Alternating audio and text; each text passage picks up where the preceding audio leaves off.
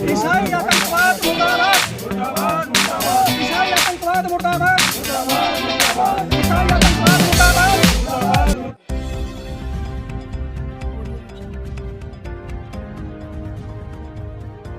साहब लगातार हिंदुओं के साथ अत्याचार हो रहा है। मणिपुर की बात करें तो मैतेई कम्युनिटी है, उस पर भी कुकी कम्युनिटीज़ की तरफ से वायलेंस हुआ है और जो घाटी का एरिया है वहाँ पे मैतेई कम्युनिटी परेशान है। पूरे देश में हो रहा है, पूरा मणिपुर जल रहा था, अब जाके कहीं शांति हुई है। क्या कहेंगे आप इस विषय? देखिए, जब तक इस धरती पर ईसाइयत है, जब तक इस धरती पर यीशु जिसके अंदर यरूशलेम के महान राजा ने शैतान पाया था, जब तक वो मौजूद है तब तक इस धरती पर शांति नहीं आ सकती।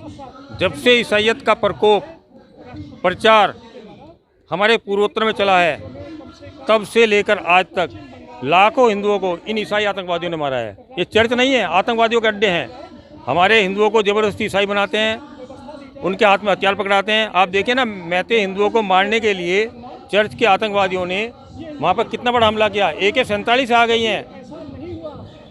जो मणिपुर में 12 से ज़्यादा ईसाई आतंकवादी गिरोते हुए AK-47 लेकर खड़े हो गए।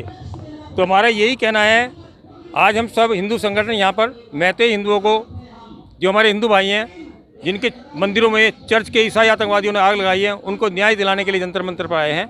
और हम राष्ट्रपति और प्रधानमंत्री से और अमित शाह से ये अनुरोध करने आए हैं कि इन आतंकवादियों को, जो ईसा मसीह के नाम पर उसकी शिक्षा कुशिक्षा पाकर मंदिरों में आग लगा रहे हैं, इन सबको जहन्नुम में पहुँचा दो, तभी भारत में शांति स्थापित होगी। हिंदू समाज पार्टी पर भी लगातार उनके भी जो बदलाव तो देश में आ रहा है। आप देखिए ना, टुकड़े टुकड़े गैंग में कौन शामिल है। हम ही अकेले बोलते थे कि जज भी शामिल है। आज किरण रिजिजू जी ने बोला है कि पूर्व जज आतंकवादियों के साथ हैं, देशद्रोहियों के साथ हैं, सुप्रीम कोर्ट के। ये बात जब हम लगातार बोल रहे थे, सरकार ने उसकी तहकीकात की और ये सब सच पाया गया।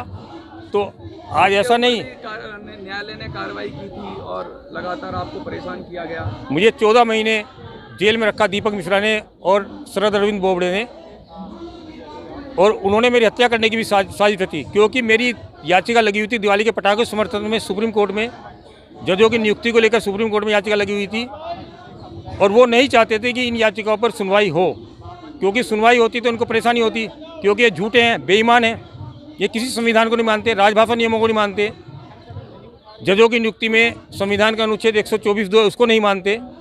और ये सब इसलिए हो रहा है कि क्योंकि सुप्रीम कोर्ट में जजों की भर्ती में के जरिए एक ऐसा गिरोह बैठा रहे जो नक्सली आतंकवादियों को पनाह दे। मैतेई हिंदुओं के अत्याचार के ऊपर जो अत्याचार हो रहा है, नरसंहार हो रहा है, उस पर खामोश रहे। ये वही गिरोह है और ये इसी गिरोह के लिए केजरीवाल है। ये पूरा का पूरा फंडिंग गिरोह है। क्या कॉलेजियम सिस्टम पर भी आप सवाल उठा रहे हैं? हम तो लगातार सवाल उठा रहे हैं। कॉलेजियम सिस्टम का संविधान में कहीं उल्लेख नहीं है, किंतु जो बेईमान जज हैं, जो देशद्रोही जो जज हैं, जो नक्सलवादियों का देश का गिरोह है जजों का, वो गिरोह इस कॉलेजियम सिस्टम को इसलिए बरकरार रखा हुआ है कि नक्सलवादी और देशद्रोहियों को उनके द्वारा पनाह मिलती रहे। कॉलेजियम सिस्टम रखने का मकसद ही यही है कि देशद्रोहियों को, ये जज देखो ना, जब इंग्लैंड की महारानी, इंग्लैंड का सम्राट इनको चुनता था कि सुप्रीम कोर्ट के, हाई कोर्ट के जज को वही बनाता था, तब तो ये चुनी करते थे, तब तो उसके चरणों में नतमस्तक हो, अरे साहब, राजा साहब, सम्राट साहब, आपने हमें जज बना दिया, बहुत खुशी बात है। आज राष्ट्रपति इनको नियुक्त करता है तो इस सवाल उठा रहे हैं। सवाल इसलिए उठा रहे हैं कि ये गिरोह चाहता है कि नक्सलवादियों का, देशद्रोहियों का जमावड़ा सुप्रीम कोर्ट पर राज करता रहे। ये सब इसी कारण से चल रहा है। अब आगे जैसे आपने लिखा है नागा एक अलग कम्युनिटी है, कुकी अलग कम्युनिटी है, लेकिन नागा ये सारे के सारे हिंदू ही थे।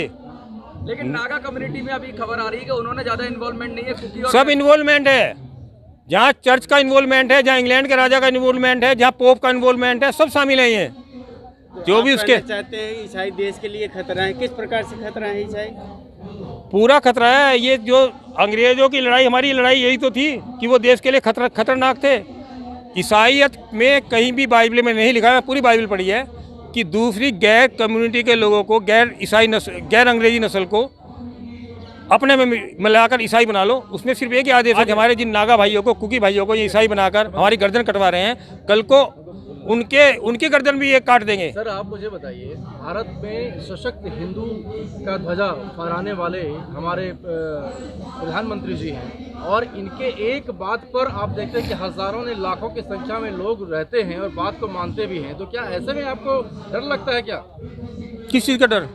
आप मशीनरियों और ईसाई के खिलाफ? हम आतंकवादियों के खिलाफ, देशद्रोहियों के खिलाफ, जिनके खिलाफ प्रधानमंत्री नरेंद्र मोदी जी लड़ रहे हैं, उनके खिलाफ हम भी लड़ रहे हैं। और प्रधानमंत्री नरेंद्र मोदी के कदम से कदम मिला के लड़ रहे हैं।